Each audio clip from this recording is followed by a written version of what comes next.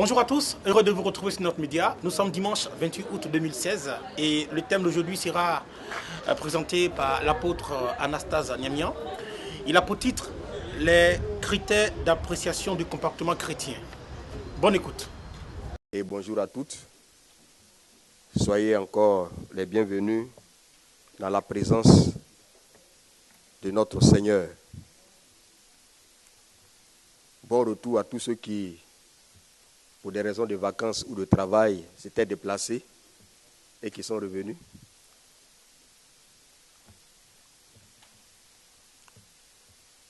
Nous bénissons le Seigneur qui nous fait encore la grâce de venir écouter sa parole. C'est vraiment une grâce pour nous d'être chaque fois au pied de notre Seigneur, pour être instruit, pour être orienté selon ses voies.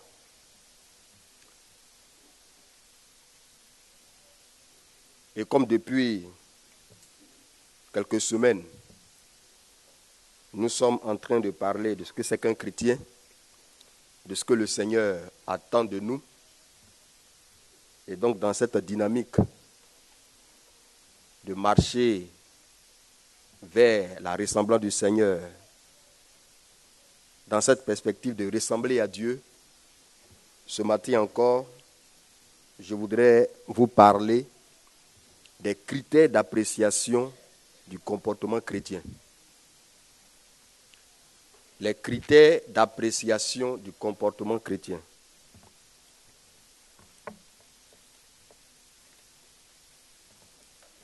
Nous allons lire en introduction quelques textes bibliques. 1 Timothée 3. 1 Timothée 3, 1 à 13. 1 Timothée 5, 1 à 2. Et puis Tite 1, 5 à 9. C'est des lettres pastorales, des épîtres pastorales. Et comme le Seigneur a fait de nous des pasteurs, des sacrificateurs, alors ces textes s'adressent aussi à nous. Lecture. 1 Timothée, le chapitre 3, le verset 1 à 13. Cette parole est certaine. Si quelqu'un aspire à la charge d'évêque, il désire une œuvre excellente. Il faut donc que l'évêque soit irréprochable, mari d'une seule femme, sobre, modéré, réglé dans sa conduite, hospitalier, propre à l'enseignement. Il faut qu'il ne soit ni adonné au vin, ni violent, mais indulgent, pacifique, désintéressé. Il faut qu'il dirige bien sa propre maison et qu'il tienne ses enfants dans la soumission et dans une parfaite honnêteté. Car si quelqu'un ne sait pas diriger sa propre maison, comment prendra-t-il soin de l'Église de Dieu? Il ne faut pas qu'il soit un nouveau converti, de peur qu'enflé d'orgueil, il ne tombe sous le jugement du diable. Il faut aussi qu'il reçoive un bon témoignage de ceux du dehors, afin de ne pas tomber dans l'opprobre et dans les pièges du diable. Verset 8. Les diacres aussi doivent être honnêtes, éloignés de la duplicité, des excès du vin, des gains sordides, conservant le mystère de la foi dans une conscience pure. Qu'on les éprouve d'abord et qu'ils exercent ensuite leur ministère s'ils sont sans reproche. Verset 11. Les femmes, de même, doivent être honnêtes, non médisantes, sobres, fidèles en toutes choses. Les diacres doivent être maris d'une seule femme et diriger bien leurs enfants et leur propre maison. Verset 13. Car ceux qui remplissent convenablement leur ministère s'acquièrent un rang honorable et une grande assurance dans la foi en Jésus-Christ. Amen. Pendant que tu prépares Tite 1, 5 à 9, je vais lire 1 Timothée 5, 1 à 2. 1 Timothée 5, 1 à 2. Ne réprimande pas rudement le vieillard, mais exhorte-le comme un père. Exhorte les jeunes gens comme des frères, les femmes âgées comme des mères, celles qui sont jeunes comme des sœurs en toute pureté. Vas-y avec Tite. Tite, chapitre 1, versets 5 à 9. Je t'ai laissé en Crète afin que tu mettes en ordre ce qui reste à régler et que, selon mes instructions, tu établisses des anciens dans chaque ville. S'il s'y trouve quelque homme irréprochable, mari d'une seule femme, ayant des enfants fidèles, qui ne soient ni accusés de débauche, ni rebelles. Car il faut que l'évêque soit irréprochable, comme économe de Dieu, qu'il ne soit ni arrogant, ni colère, ni adonné au vin, ni violent, ni porté à un gain déshonnête. Verset 8. Mais qu'il soit hospitalier, ami des gens de bien, modéré, juste, saint, tempérant,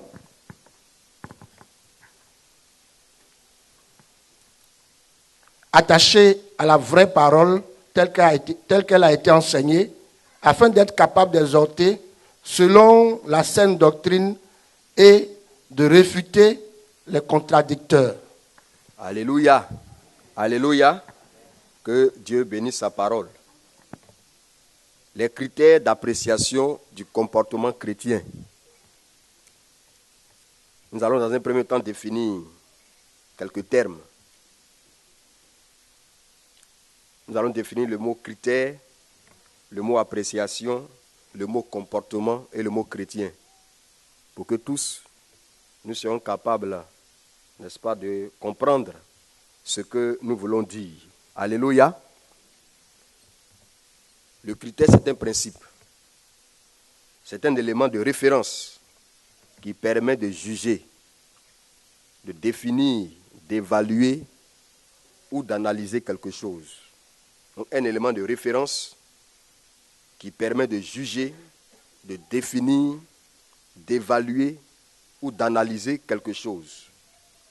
Le verbe apprécier, c'est déterminer, juger de la valeur de quelque chose. Déterminer ou juger de la valeur de quelque chose, c'est ça l'appréciation. Quand on parle de comportement, c'est la manière d'être, d'agir ou de réagir de quelqu'un. C'est l'ensemble des réactions adoptées par une personne dans son environnement, dans son milieu et face à des situations précises, à des situations données. Le comportement, c'est l'attitude, c'est la conduite de l'homme, d'une personne.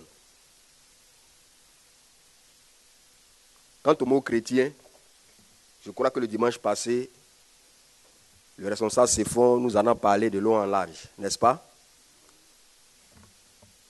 Le chrétien, c'est quelqu'un qui est né de nouveau, qui a connu une seconde naissance, la naissance de l'esprit. C'est quelqu'un qui s'est converti, qui s'est donné à Jésus-Christ. Le chrétien, c'est un disciple de Christ. Alléluia. Qui est soumis donc à la discipline de Jésus. Alors donc, sur cette base, il sera question pour nous ce matin de savoir par rapport à quoi le chrétien doit définir sa conduite. Par rapport à quoi, en tant que chrétien, nous devons définir notre conduite. Ou alors, quels sont les éléments qui doivent aider le chrétien à mieux diriger sa vie sur cette terre? Quels sont les éléments qui peuvent nous aider ou qui doivent nous aider à mieux diriger notre vie sur la terre? Vous voyez, bien-aimés, ce qui se passe aujourd'hui dans les églises, surtout dans les églises évangéliques, c'est que nous mettons beaucoup l'accent. Nous mettons plus l'accent sur la recherche des capacités de Dieu. De plus en plus, les hommes de Dieu prêchent sur la recherche des capacités de Dieu. On motive les chrétiens à rechercher les capacités de Dieu par la manifestation des dons spirituels. On demande aux chrétiens d'avoir le pouvoir de chasser les démons, de faire des miracles, n'est-ce pas, d'avoir une grande foi pour déplacer les montagnes, de faire des guérisons extraordinaires, de prophétiser, de parler en langue, etc., etc. Mais la qualité de vie irréprochable que le Seigneur nous demande là, c'est négligé. On prêche un peu sur le caractère de Dieu, sur la manifestation du caractère de Dieu, que Galates 5, 22, n'est-ce pas, nous révèle. Les chrétiens aujourd'hui sont beaucoup plus portés à désirer la puissance de Dieu, à désirer les capacités de Dieu, qu'à désirer le caractère de Dieu, la bonne conduite. Alors que lorsque Dieu vient en nous, quand Dieu décide de venir en nous, lorsque quelqu'un se donne au Seigneur et que Dieu vient établir en lui sa résidence, Dieu ne vient pas qu'avec ses capacités. Dieu ne vient pas qu'avec sa force, sa puissance, son pouvoir de chasser les démons, de faire des miracles. Mais il vient aussi avec son caractère. Dieu vient déposer en nous son caractère, sa bonne conduite. Et donc, s'il y a quelque chose à rechercher avec Dieu, non seulement nous devons désirer les capacités de Dieu, mais encore et mieux, nous devons désirer le caractère de Dieu. Alléluia, le caractère de Dieu. Et puisque on est beaucoup plus centré sur les capacités de Dieu que le caractère de Dieu, la conséquence de cela est que on fait des miracles, on parle la langue, on prophétise, on chasse les démons, mais on vit mal. Après avoir chassé les démons, après avoir prophétisé, parlé en langue, fait tout le reste, on est colérique, on est inconciliant, on vit dans la débauche. Alors que la Bible dit, est-ce que d'une source,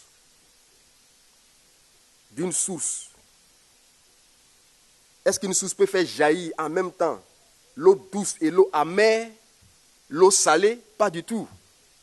Regardez Jacques chapitre 3, verset 11 à 12. Jacques 3, 11 à 12 dit ceci. La source fait-elle jaillir par la même ouverture l'eau douce et l'eau amère? Un figuier, mes frères, peut-il produire des olives ou une vigne des figues? De l'eau salée ne peut pas non plus produire de l'eau douce. Si la source est salée, l'eau qu'elle produira sera salée. Si la source est douce, l'eau qu'elle produira sera douce. C'est comme ça. Donc, lorsque tu te dis chrétien et que tu fais des miracles, et que tu parles en langue, et que tu prophétises, et que tu es devenu puissant dans le Seigneur, c'est anormal que tu manifestes des caractères qui sont contre le caractère de Dieu. C'est anormal. Alléluia. Ce n'est pas possible que quelqu'un qui parle en langue, qui chasse les démons, qui fait tout ceci, se conduise mal. Ça veut dire que cette source-là n'est pas bonne. La source qui lui procure la puissance, la source qui lui procure le pouvoir de parler en langue, de faire des révélations là, n'est pas de Dieu.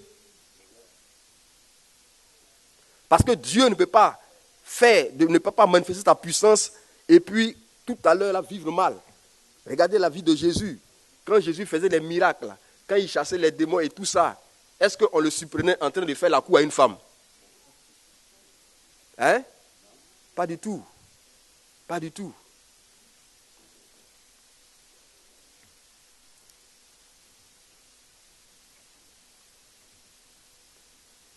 Le comportement du chrétien, c'est-à-dire sa manière d'être, d'agir et de réagir dans la vie de tous les jours, est défini par la Bible.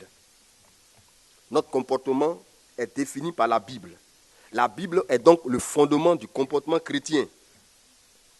La base sinon la référence. C'est la Bible, c'est-à-dire la parole de Dieu qui détermine ce qui est légitime ou pas. Ce n'est pas un livre de géographie, ni un livre d'économie, ni un livre d'histoire, non. C'est la Bible, la parole de Dieu, qui détermine ce qui est légitime et ce qui n'est pas légitime.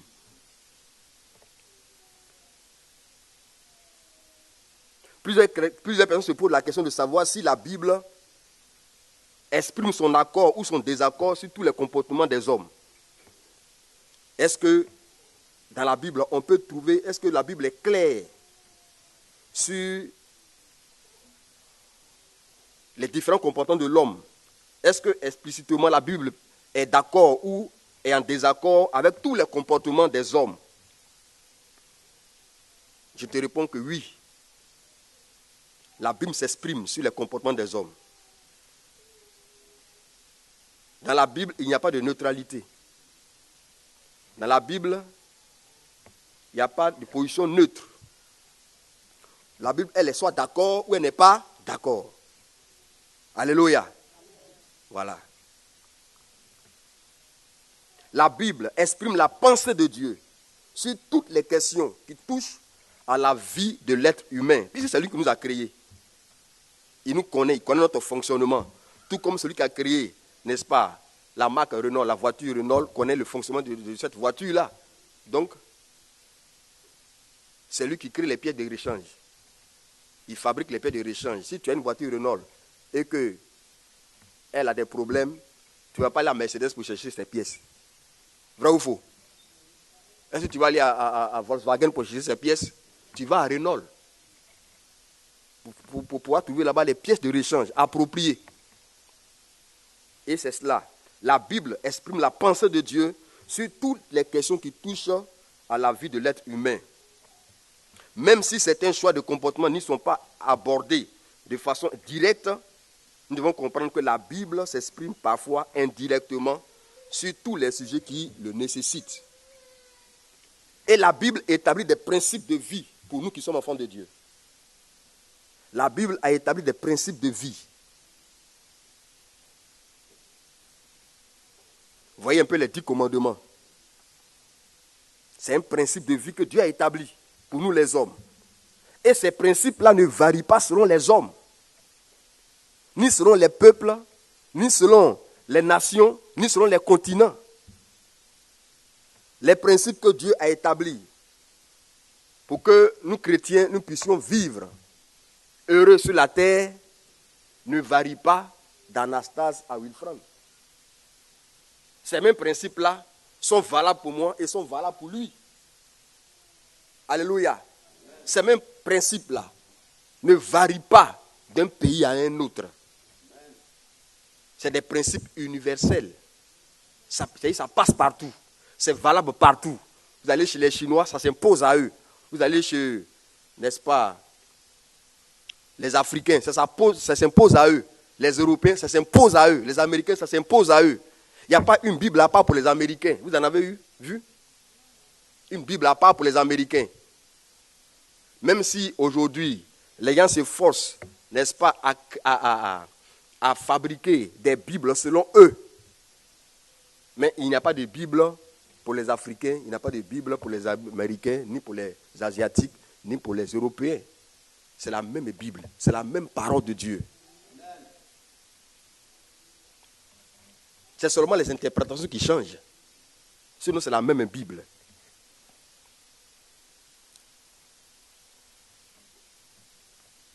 Alors, bien-aimés, puisque le décor est planté, nous allons aller maintenant à notre sujet principal. Les critères qui définissent nos comportements. Pour réussir la vie chrétienne, bien-aimés, chacun doit vivre en se jugeant tous les jours. Chacun doit vivre, doit mener sa vie en s'évaluant à plusieurs niveaux, à plusieurs degrés. Si tu veux réussir ta vie chrétienne, ta vie doit être faite d'évaluation continuelle, de jugement personnel, continuel, et cela à plusieurs niveaux. Ceux qui échouent dans la vie chrétienne, c'est eux qui ne se jugent jamais eux-mêmes.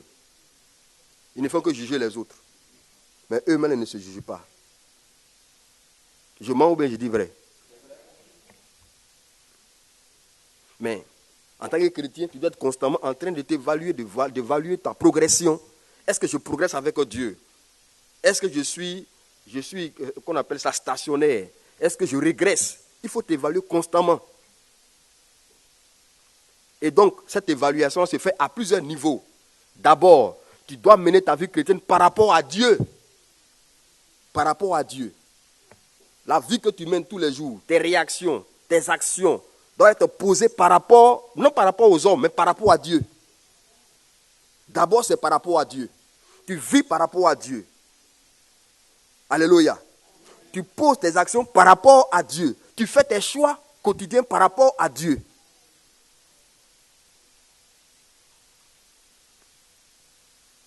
La légitimité de nos comportements est en relation directe avec la nature de Dieu.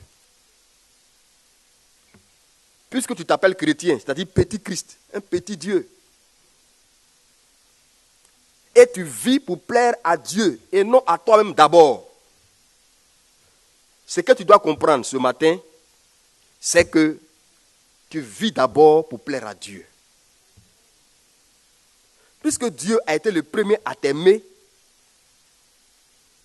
alors pour répondre à cet amour qu'il a eu pour toi là, alors tu dois faire ce qu'il aime et ce qui correspond à sa nature. La Bible dit dans Romains 5:8 que lorsque nous étions encore pécheurs, Christ nous a aimés. C'est-à-dire qu'il nous a aimés pendant qu'on n'était pas digne d'être aimés. Et puisqu'il a été le premier à t'aimer, tu dois répondre à cet amour. En l'aimant, en faisant ce qui lui plaît et ce qui correspond à sa nature. Quelle est la nature de Dieu? Quelle est cette nature? C'est la sainteté. C'est la sainteté. Dieu est saint.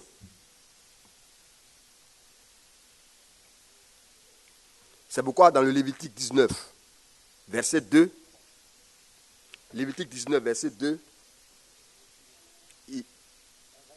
il dit, vous serez saints, car je suis saint. Vous serez saints, car je suis saint. Donc, le premier niveau d'évaluation de ta vie chrétienne, de ton comportement sur la terre ici, là, c'est par rapport à Dieu. Sache que Dieu est saint. Et puisque tu as choisi de lui appartenir, alors tu dois mener une vie de sainteté. Tu ne dois pas te souiller. Tu ne dois pas vivre mal. Tu ne dois pas mal te comporter. Et Jésus reprend la même chose plus loin en Matthieu 5, 48. Il dit, soyez donc parfaits comme votre Père céleste est parfait.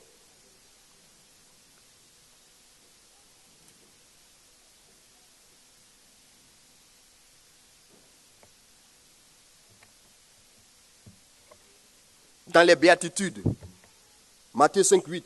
Heureux ceux qui ont le cœur pur, car ils verront Dieu. Bien-aimé, c'est cela. Celui que tu as choisi de suivre là, il est saint. Il est saint. C'est-à-dire, dans sa vie, il n'y a pas de péché. Il n'y a pas de mal en Dieu. Et c'est ce que tu dois être. Quand tu es en face d'un choix, quand tu dois poser une action, regarde à la sainteté de Dieu. Regarde à la nature de Dieu pour poser ton action, pour faire ton choix. Ton choix de vie, bien sûr. D'abord, la sainteté de Dieu, elle est très importante. Ici, c'est un impératif, c'est un commandement que Dieu nous adresse. Il dit, soyez saints. Il dit, vous serez saints car je suis saint.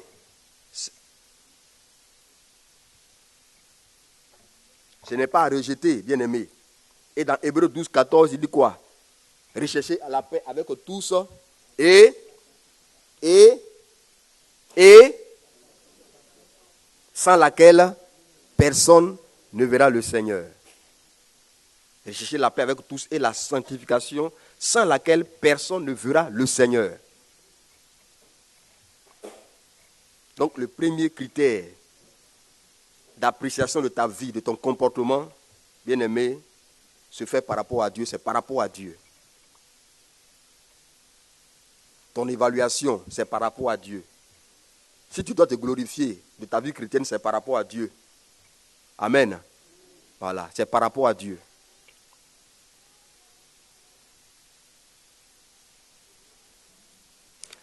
Le deuxième niveau,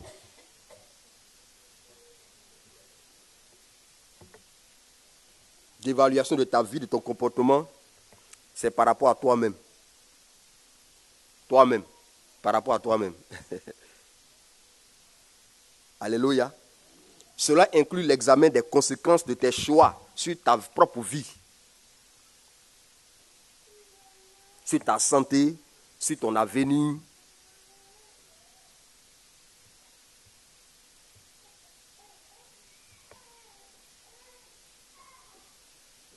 Il faut être capable de te juger tous les jours.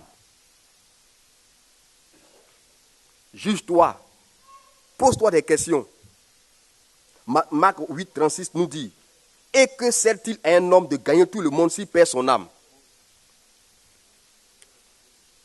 Souvent, on fait des choix de vie. On se livre à certains comportements sans même réfléchir à leurs répercussions dans l'avenir, dans notre avenir. Que sert-il à un homme de gagner tout le monde s'il perd son âme? Tu cours. Ce après quoi tu cours tous les jours là. Est-ce que ça glorifie Dieu? Ce que tu veux faire là, est-ce que ça glorifie le Seigneur? Est-ce que ça va t'arranger demain, plus tard? C'est aussi ça. Cela inclut la réflexion sur le long terme. Tu dois te poser la question, est-ce que ce que je fais librement aujourd'hui là ne deviendra pas pour moi une dépendance qui va me détruire plus tard? Ce que je fais librement aujourd'hui, ce que je me plais à faire aujourd'hui, facilement, est-ce que ça ne va pas devenir une dépendance pour moi? Ça ne va pas me rendre esclave de ça? Est-ce que je ne serai pas esclave de ça? Est-ce que cette chose ne va pas me détourner de Dieu? C'est cela. Pose-toi la question quotidiennement. Ce n'est pas quelqu'un qui va te dire ça. Si quelqu'un vient te le dire, peut-être tu vas te fâcher contre lui. Mais toi-même, pose-toi la question. Évalue-toi, toi-même. Est-ce que ce mot que j'avance, cette parole que j'avance là, ne va pas me créer des problèmes dans l'avenir?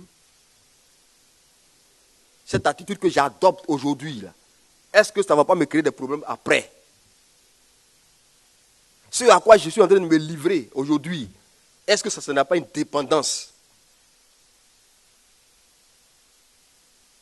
Je prends un petit verre d'alcool ou un petit mégot de cigarette. Chaque fois que je prends un petit mégot, un mégot. Mais est-ce que ça va m'arranger? Est-ce que ça va m'arranger? Pose-toi la question.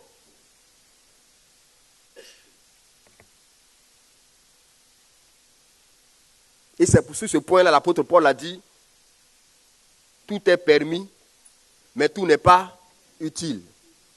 Tout est permis, mais je me laisserai asservir par quoi que ce soit. Je ne deviendrai pas esclave de quoi que ce soit. Tu peux tout faire. Tu peux tout faire. Tu es libre de tout faire. Mais est-ce que ça va t'arranger?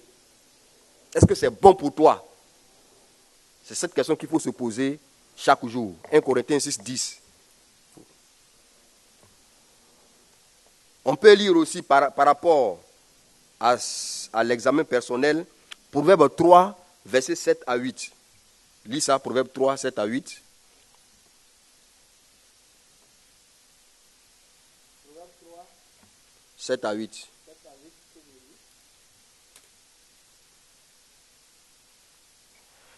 Ne sois point sage à tes propres yeux, crains l'Éternel et détourne-toi du mal. Ce sera la santé pour tes muscles et un rafraîchissement pour tes os. Alléluia. Honore l'Éternel. Non, ça va. Ne sois point sage à tes propres yeux. Ça veut dire quoi? Souvent, ce qu'on veut faire, on pense que c'est bon. C'est ça la sagesse humaine. On pense que c'est bon. Mais quand Dieu dit que ce n'est pas bon, il faut écouter.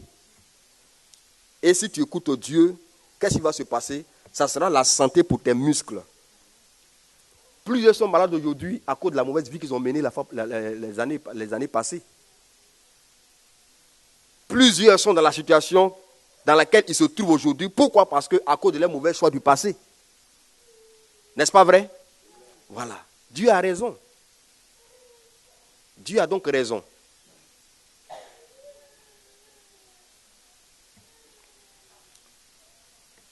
« 1 Corinthiens 3, 16 à 17.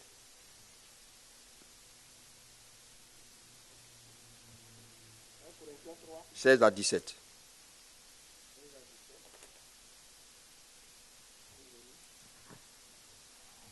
Ne savez-vous pas que vous êtes le temple de Dieu et que l'Esprit de Dieu habite en vous?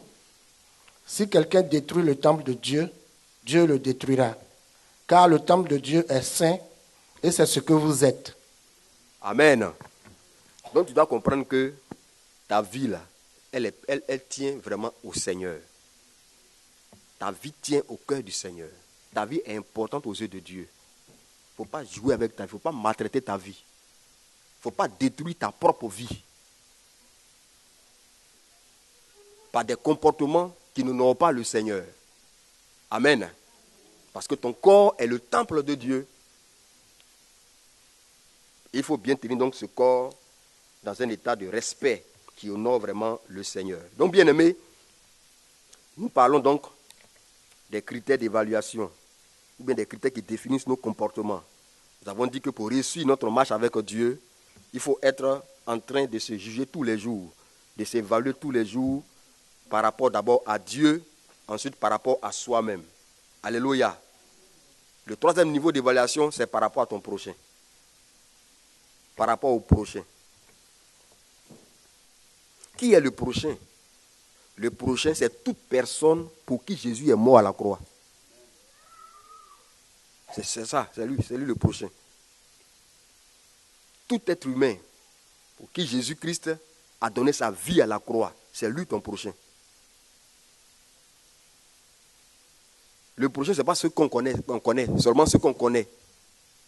Le prochain, ce n'est pas seulement ceux avec qui on vit ou qu'on rencontre tous les jours. Non. Le prochain, c'est toute personne que Dieu place devant toi. Alléluia. Que tu la connaisses ou pas, c'est ton prochain. Et tes comportements ont une incidence sur tes proches. Tu dois savoir ça. Que tes comportements ont de l'incidence sur tes proches. Sur ton mari, sur ta femme, sur tes enfants, sur tes parents, sur tes frères et sœurs, sur tes collègues, etc., etc. Les actes que tu poses, tout ton comportement a de l'incidence sur eux. Et donc par amour, la Bible te demande ce matin de tenir compte de ton prochain. Quand tu vis au quotidien, pense à ton prochain. Pense à ne pas faire du mal à ton prochain. C'est un niveau d'évaluation personnelle. Et il y a plusieurs textes de la Bible qui nous encouragent à ça. Par exemple, il est dit quoi? Tout ce que vous voulez que les hommes fassent pour vous, faites-le de même pour eux. Matthieu 7, 12. Tout ce que vous voulez que les hommes fassent pour vous, faites-le de même pour eux.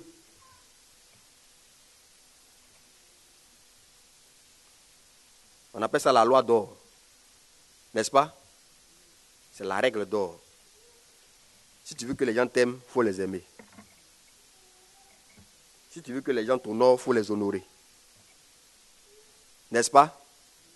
Si tu veux que les gens t'insultent, insulte-les.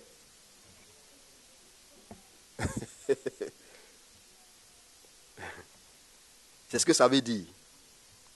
Et comme tu n'aimerais pas que les gens te fassent du mal, alors ne leur fais pas aussi du mal. N'est-ce pas clair? Si tu vis comme ça, là, tu n'auras pas de problème avec les gens.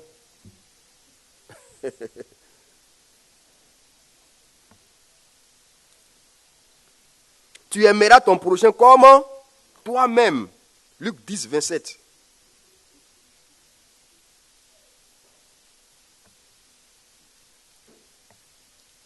qui s'est haï une fois lui-même, il s'est haï. Il faut être possédé pour se haïr soi-même. N'est-ce pas? Tu te tiens devant ta glace, ton miroir comme ça, tu te regardes, il y a un autre fou qui est devant moi. Qui a une fois fait ça?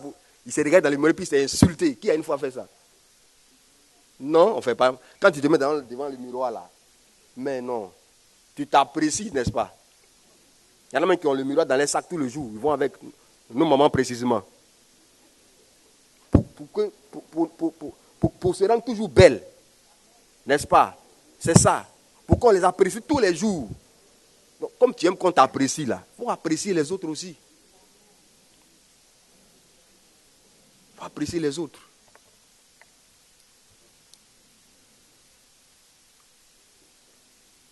Luc 17, 1 dit, Luc 17, verset 1, Jésus dit à ses disciples, il est impossible qu'il n'arrive pas de scandale, mais malheur à celui par qui ils arrivent. La Bible dit, tant qu'on est encore sur la terre, tant qu'il y aura des hommes sur la terre qui vont se frotter les uns les autres, les scandales arriveront. C'est-à-dire les problèmes arriveront, les difficultés arriveront. Qu'est-ce qu'un scandale? C'est ce qui jette un discrédit sur les autres, n'est-ce pas? C'est ce qui produit la honte. C'est ce qui n'est pas bien de faire que tu fais. Ça, le scandale. Et il dit que c'est inévitable que les scandales arrivent. Mais malheur à celui par qui cela arrive. C'est inévitable qu'on se blesse les uns les autres. Mais malheur à ceux qui blessent. Il y en a qui ont la facilité de blesser les autres. N'est-ce pas? Ils ont la facilité de parler mal aux gens. Mais est-ce que parler mal, on vend ça à la pharmacie? Est-ce qu'on vend ça au supermarché? On ne vend pas ça au supermarché. Tout le monde peut parler mal.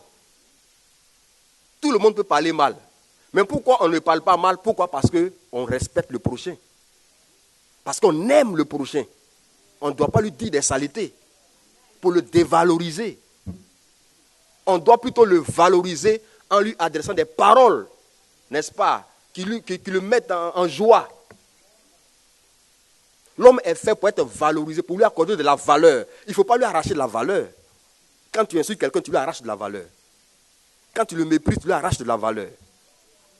Ajoute-lui de la valeur en l'appréciant. Amen.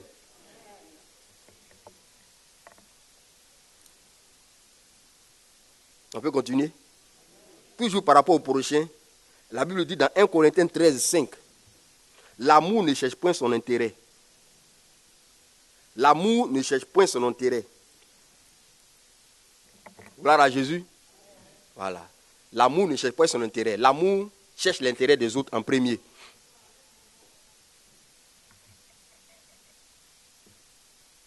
Souvent on entend certaines personnes dire, il ne m'aime pas, il ne m'aime pas. Mais en disant il ne m'aime pas, ça veut dire quoi? C'est son intérêt, il cherche. Toi tu dis qu'on ne t'aime pas là, est-ce que tu aimes les autres? Est-ce que tu aimes les autres? L'amour se donne. C'est-à-dire l'amour donne, l'amour ne fait pas que recevoir. Si tu t'engages dans une relation avec quelqu'un et que tu espères recevoir seulement de lui, tu as échoué ta relation. Tu as échoué dans cette relation. Et très souvent, on voit ça dans les couples, dans les foyers. Souvent, certaines personnes pensent qu'en entrant dans le foyer, l'autre va me rendre heureux. Ils s'attendent à ce que l'autre les rende heureux. Soit, mon mari, il va me rendre heureux. Ah, j'ai marié un bon type. Il va me rendre heureux. Il a beaucoup d'argent. Il va me rendre heureux. Il est vraiment bien. J'ai marié une bonne femme. Elle va me rendre heureux. Si tu as pensé comme ça, là, c'est fini pour toi. Tu vas regretter amèrement. Cherche plutôt à le rendre heureux ou à la rendre heureux. Tu vas voir qu'à son tour, elle va le faire pour toi. Il va le faire pour toi.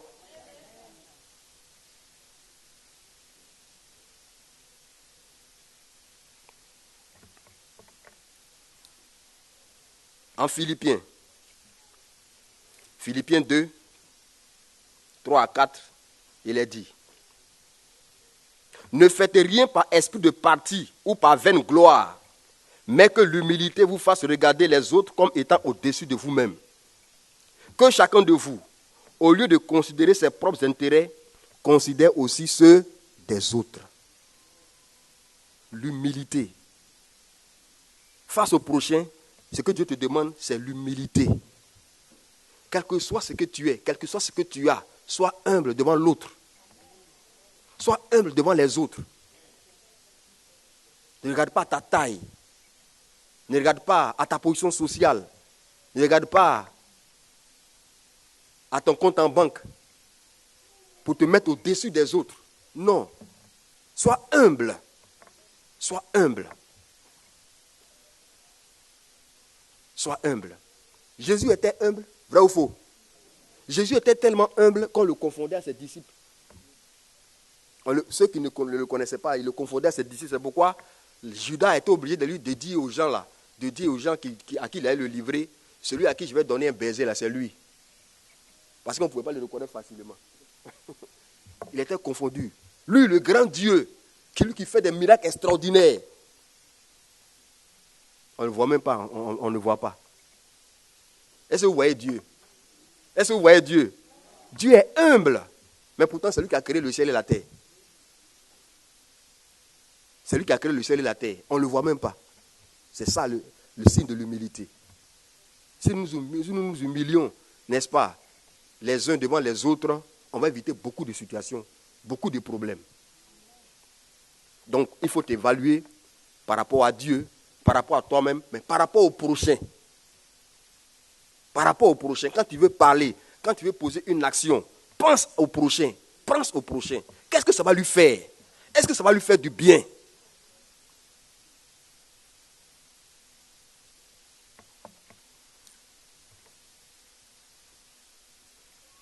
Le 4e niveau,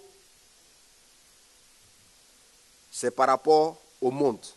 Au monde, le monde. Ou si vous voulez, le siècle présent. La notion de monde, ici, ne désigne pas le cosmos, mais l'esprit de cette humanité qui rejette Dieu et qui s'organise sans Dieu. Nous sommes aujourd'hui arrivés à une époque où les gens s'en foutent de Dieu. Où les gens ne veulent pas associer Dieu à leurs affaires. Voilà l'esprit qui agit dans ce monde aujourd'hui. L'esprit qui domine ce monde aujourd'hui. Les gens veulent vivre sans Dieu. Ils veulent diriger leurs affaires sans Dieu. Et là-dessus, Jésus a posé un principe. Il dit, vous êtes dans le monde, mais vous n'êtes pas du monde. C'est vrai que vous êtes dans le monde. Mais n'épousez pas l'esprit qui agit dans ce monde. N'épousez pas l'esprit qui agit dans ce monde. Car l'esprit qui agit dans ce monde va contre la volonté de Dieu. Refuse Dieu.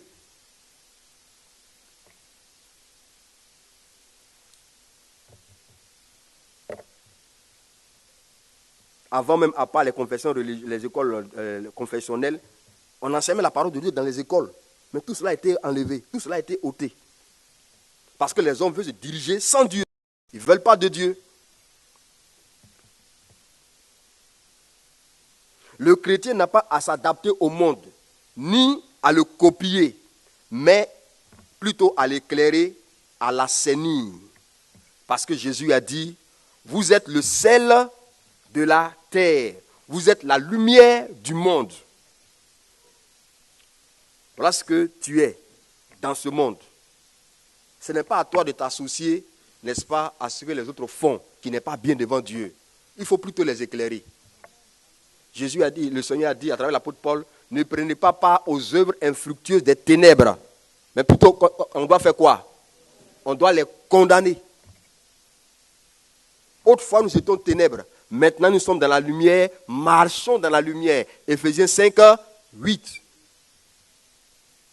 Comme des fils et des filles de lumière. Condamnons tout ce qui se passe dans ce monde qui va contre la volonté de Dieu. Le monde n'aime pas Dieu. Alléluia. Le monde n'aime pas Dieu. Le monde a banni Dieu de ses affaires.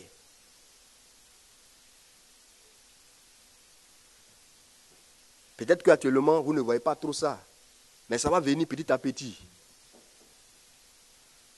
L'Église sera bientôt persécutée. Les chrétiens seront bientôt persécutés à cause de la vie qu'ils mènent. Mais le Seigneur dit quoi? On doit persévérer en cela. Alléluia. On doit persévérer en cela. En Romains 12, 2, ne vous conformez pas au siècle présent, mais soyez renouvelés soyez transformés par le renouvellement de l'intelligence. Ne te conforme pas au siècle présent. Le siècle présent, c'est le siècle du péché. C'est le siècle de l'abomination. Ne te confonds pas au siècle présent. Si le siècle présent dit à ces jeunes filles de s'habiller en mini-jupe, toi qui es chrétien, enfant de Dieu, est-ce que tu dois faire ça? Pour exposer toutes les parties de ton corps, est-ce que tu dois faire cela? Non.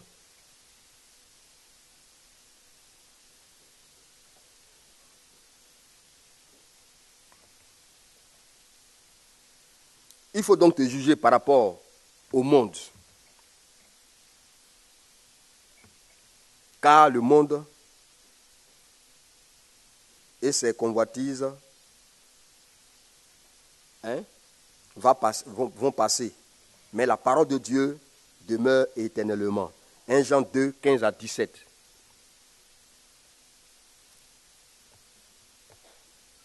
N'aimez pas le monde, ni les choses qui sont dans le monde. Si quelqu'un aime le monde, l'amour du Père n'est point en lui.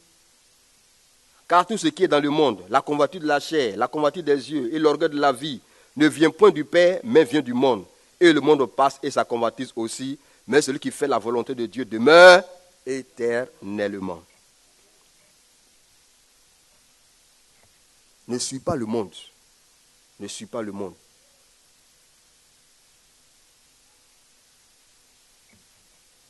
Il faut plutôt suivre le Seigneur. Vous pouvez noter d'autres textes bibliques que vous lirez à la maison. Jean 5, 19 à 20. Jean 5, 19 à 20. Tite 2, 3. Tite 2, 3. 1 Timothée 2, 9 à 10. 1 Timothée 2, 9 à 10. Et puis bon, on va lire quand même 1 Pierre 3, 3 à 6. 1 Pierre 3, 3 à 6. Par rapport au monde. 1 Pierre 3, 3 à 6. On peut commencer à partir du verset 1. Femmes, soyez de même soumises à vos maris, afin que si quelques-uns n'obéissent point à la parole, ils soient gagnés sans parole par la conduite de leurs femmes, en voyant votre manière de vivre chaste et réservée. Ayez non cette parure extérieure, qui consiste dans les cheveux tressés, les ornements d'or ou les habits qu'on revêt, mais la parure intérieure est cachée dans le cœur, la pureté incorruptible d'un esprit doux et paisible, qui est d'un grand prix devant Dieu. Ainsi se paraît autrefois les saintes femmes qui espéraient en Dieu, soumises à leur mari, comme Sarah, qui obéissait à Abraham et l'appelait son Seigneur. C'est d'elle que vous êtes devenues les filles, en faisant ce qui est bien, sans vous laisser troubler par aucune crainte. Amen. Amen. Donc, en tant que chrétien, tu dois savoir qu'il y a certaines choses dans le monde que tu ne dois pas faire. Il y a certaines choses dans ce monde. Il y a certaines choses dans ce monde que tu ne dois pas faire. Alléluia. L'autre niveau d'évaluation,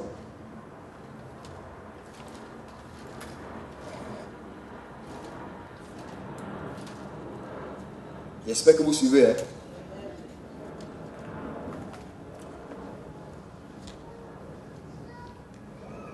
L'autre niveau d'évaluation, c'est par rapport aux esprits démoniaques, aux démons.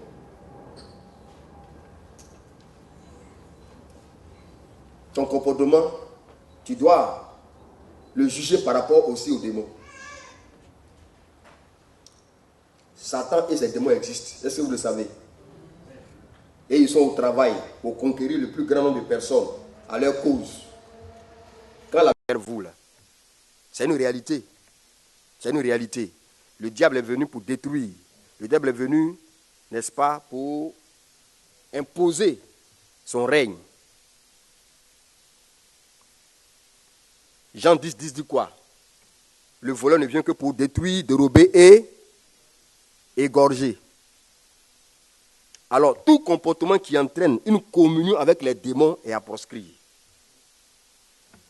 La Bible dit que le diable est aujourd'hui quoi? Il est le prince de ce monde. Satan a la main au-dessus de notre monde. Et il y a beaucoup de choses qui se font, qui sont inspirées par le diable, inspirées par les démons. Et quand tu t'engages dans ces choses-là, alors tu entres en communion avec les démons. La divination, l'idolâtrie, l'occultisme, la sorcellerie, sous toutes leurs formes.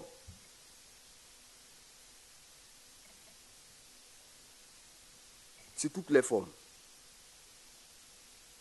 Quand il te plaît à regarder des films pornographiques, des films d'horreur, c'est des alliances que tu fais avec le diable. Tu es en communion avec le diable. Est-ce que vous savez que plusieurs musiciens de notre monde reçoivent l'inspiration du diable? Est-ce que vous savez ça? Mais pourquoi vous les aimez? Voilà. C'est cela.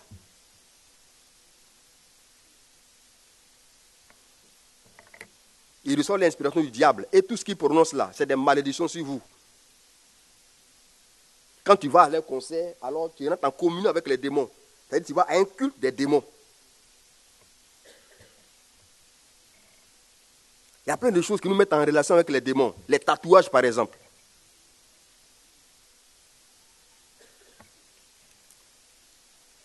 Les tatouages, c'est des marques sur ton corps, n'est-ce pas? Tu fais des figures sur ton corps. Or, une marque sur ton corps est une preuve que tu appartiens à quelqu'un.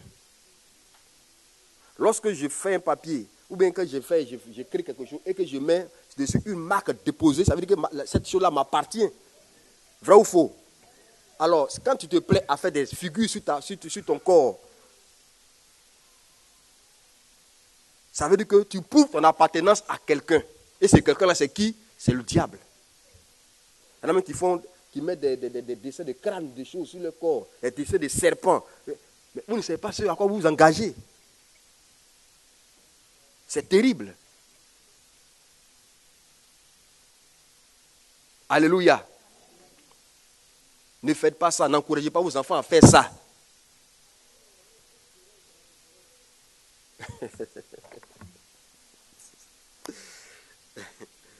Alléluia.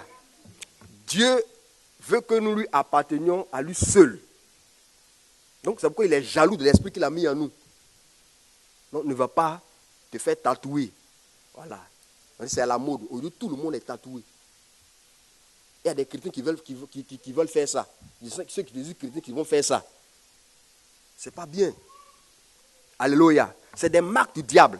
La Bible dit qu'à la fin des temps, là, le diable va marquer les hommes. Vrai ou faux? C'est l'une de ces marques. Les tatouages. C'est un des moyens pour faire la différence entre ceux qui appartiennent à Satan et ceux qui ne lui appartiennent pas. C'est un signe d'appartenance. Les piercings. Les piercings. Percent partout. Il y en a même les habits ne leur suffisent plus. Ça ne leur suffit plus.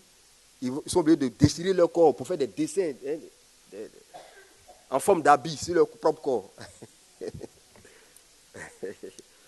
Faisons beaucoup attention. Alléluia. Éphésiens 6, 12 dit, nous n'avons pas à lutter contre la chair et le sang, mais contre les dominations, les principautés, les autorités et les esprits méchants dans les lieux célestes. Les démons existent et ils sont pour quelque chose dans beaucoup de choses qui se font sur la terre. Faisons attention. Faisons attention dans nos choix de comportement. Alléluia. Voilà donc les 5 niveaux. Sinon les 4 niveaux. D'abord par rapport à Dieu, il faut s'évaluer. Par rapport à soi-même. Par rapport au prochain. Par rapport à quoi? Au monde. Et puis par rapport aux démons. Par rapport aux esprits démoniaques. Est-ce que ce que je suis en train de faire là, ça ne va pas me mettre en communion avec Satan? Ça ne va pas me mettre en communion avec les démons? Si c'est le cas, alors je ne le fais pas. L'horoscope que tu consultes tous les jours. Ça te met en communion avec les démons. Hein? Tu n'as pas besoin d'aller consulter les astres pour savoir ce qui va t'arriver aujourd'hui. Consulte Dieu directement. C'est lui qui a créé les astres là. Il faut consulter Dieu en même temps. Ne fais pas comme les gens qui disent non, pour aller vers Dieu, là, il faut passer par la maman de Dieu pour parler à quelqu'un. C'est trop long. Il faut passer par Marie d'abord, elle va parler à son fils va parler au père. Ça là, c'est trop long. Va directement. Est-ce qu'on ne peut pas aller directement au père? Il a dit, je suis le chemin, la vérité et la vie. Nous ne venons au père que par moi. Vous passez par Jésus directement, vous avez accès au père. Au lieu d'aller parler par la grand-mère, par la mère, par tout ça là, c'est trop long. Que Dieu nous bénisse. Que Dieu nous bénisse. Je vais terminer par quelque chose aussi de très important, c'est-à-dire la notion de conviction. Dans notre relation avec Dieu, dans notre vécu quotidien, il est question de conviction. Et la Bible dit dans Romains 14, 23, tout ce qui n'est pas le produit d'une conviction est péché. C'est-à-dire quand tu es en face d'un choix, tu n'es pas sûr que Dieu approuve ça ou Dieu n'approuve pas, et puis tu fais quand même là. Tu pèches contre Dieu. Tu pèches contre Dieu. Lorsqu'un chrétien n'est pas sûr qu'un acte soit légitime devant Dieu et qu'il accomplit malgré le doute en lui, il commet alors un péché puisqu'il l'a déjà accepté comme tel. Donc, dans le doute qu'un comportement soit bon ou mauvais, qu'est-ce que tu dois faire en tant que chrétien? Il faut effectuer des recherches. Il faut demander à savoir. Lis la Bible. Fais des recherches nécessaires pour que tu sois en paix avec ta conscience. Quand tu n'es pas sûr de quelque chose que tu fais là, c'est un péché. Quand tu n'es pas convaincu de quelque chose que tu fais, c'est un péché. Alléluia. C'est un péché. Même si c'est la volonté de Dieu, c'est un péché que tu fais. Parce que tu ne le fais pas avec conviction. Tu ne le fais pas avec conviction. Donc, bien-aimés, voici ce matin ce que le Seigneur a voulu nous dire. Nous avons parlé des critères d'appréciation du comportement chrétien. Nous sommes les enfants de Dieu et Dieu a établi des principes qui doivent régir notre vie quotidienne. Alléluia. Ces principes-là ne sont pas changeables, n'est-ce pas, d'une personne à une autre, d'un pays à un autre ou d'un continent à un autre. C'est universel, ça s'applique à tous. Amen. Et pour s'évaluer quotidiennement, il faut le faire par rapport à Dieu, par rapport à soi-même, par rapport au prochain, par rapport au monde, par rapport aux démons. Alléluia. Et puis, sois convaincu qu'une chose est voulue par Dieu avant de la faire. Si elle n'est pas voulue par Dieu, ne la fais pas. Que Dieu nous bénisse.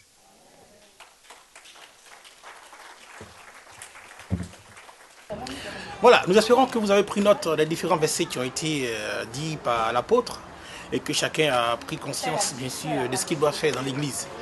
D'ici là, nous vous souhaitons bien sûr de passer une bonne semaine, bonne écoute pour ceux qui vont suivre ce message plus tard.